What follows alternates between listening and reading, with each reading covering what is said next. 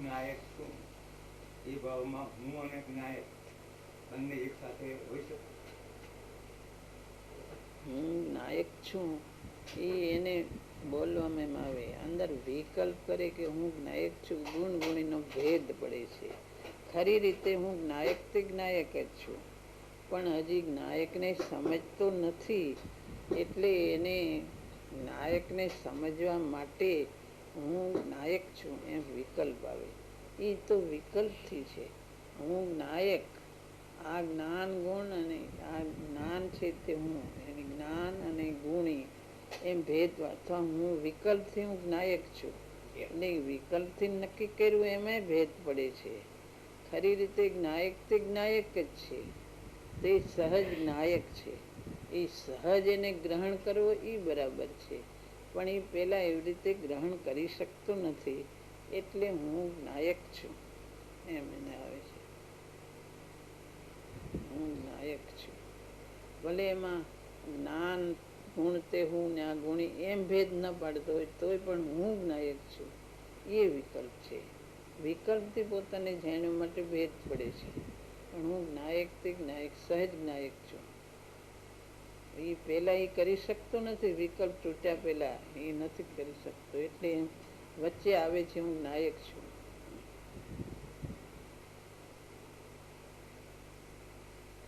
જ્ઞાન છે, દર્શન છે, ચારિત્ર છે, એ બધા ગુણોના ભેદ પડે, પણ એ વિકલ્પ છે. ખરી રીતે જ્ઞાન દર્શન ચારિત્ર સ્વરૂપ આત્મા તે જ આત્મા છે. હું નાયક એ પણ ભેદ પડે છે. રાગનો વિકલ્પ છે, હું નાયક છું. પણ વચ્ચે એવા વિકલ્પ આવ્યા વગર રહેતો નથી. વિકલ્પની પાછળ જે નાયક છે એ નાયકને ગ્રહણ કરવાનું છે. હા, વચ્ચે એમ આવે છે હું નાયક છું.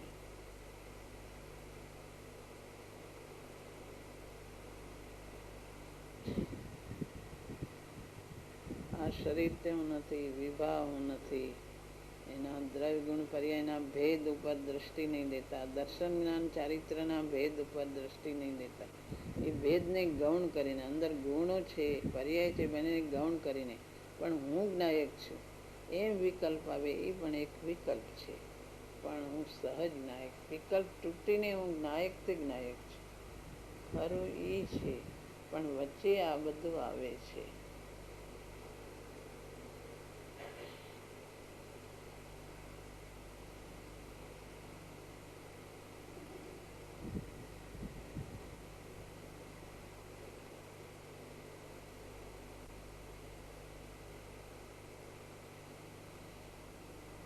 વિકલ્પ તે હું નહીં, નાયક તે હું. હું નાયક છું તે વિકલ્પ તે હું નહીં, પણ હું નાયક જે છે તે નાયક છે. એ બધું શબ્દમાં એમ જ આવે, અંદર તત્વને ગ્રહણ કરવાનું છે.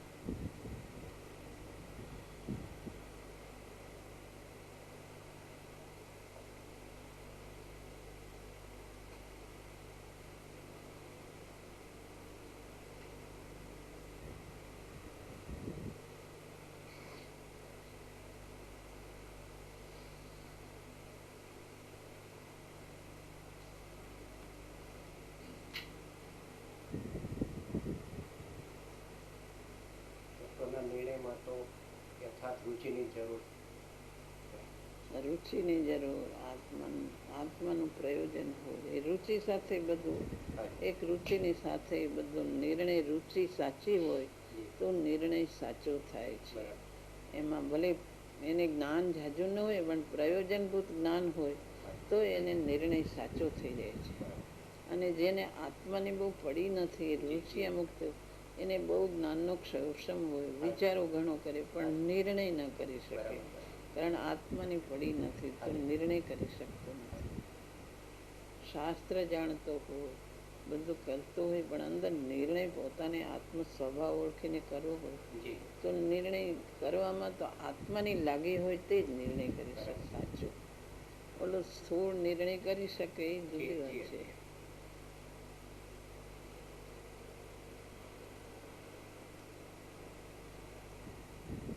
હું નાયક છું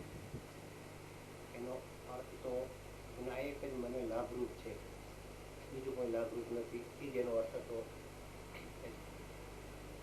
હું નાયક છું, મારો સ્વભાવ નાયક છે. હું વસ્તુ સ્વરૂપે હું નાયક છું. જી આ પૂતગળ તે હું નથી કે વિભાવ તે હું નથી. કઈ વસ્તુના ભેદ ભેદ પડે એ તો ગૌણ છે, પણ હું એક નાયક છું. અને તે જ્ઞાયક કેવું છે કે તે જ્ઞાયક મહિમા વાળો છે. એ મહિમા વાળો જ્ઞાયક લાગે તો જ એને ગ્રહણ કરે છે, એને ગ્રહણ કરતો નથી.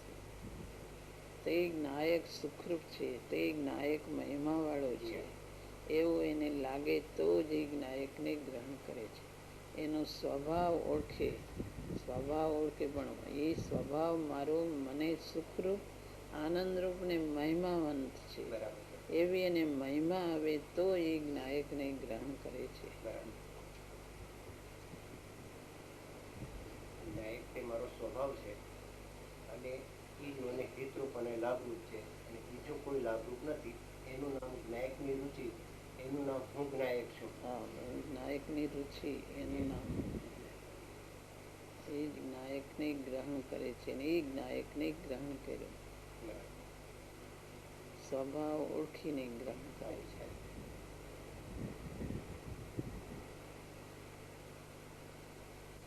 બીજું કાંઈ નથી. જ્ઞાયક એકલો જ્ઞાયક, એમાં વિકલ્પો નથી. ઘણા કે છે ને સિદ્ધ ભગવાનમાં કાંઈ નથી, એકલા સિદ્ધ ભગવાન શું કરે, કાંઈ વિકલ્પ નહીં, કાંઈ નહીં, કોઈને સુખરૂપ કે ન લાગે તો એને એ જ્ઞાયક ઓળખાતો નથી. પણ જ્ઞાયક ભલે વિકલ્પ વગરનો જ્ઞાયક, તે જ જ્ઞાયક મને હિતરૂપ, સુખરૂપ ને મહિમાવંત, એમ જ્ઞાયકની મહિમા એને આવવી જોઈએ.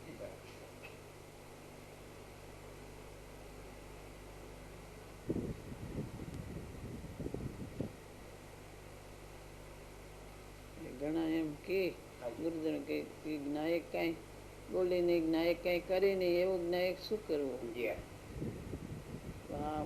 પૂછતા હતા ગુરુદેવને કે કાંઈ એવો ધોયેલ મૂળા જેવો કાંઈ કરે નહીં, એને શું અમારે કરવું? એમ કહેતા. જ્ઞાયકની મહિમા આવે તો જ એ જ્ઞાયકને સાચો ઓળખે છે. કે જ્ઞાયકમાં જ બધું ભરેલું છે.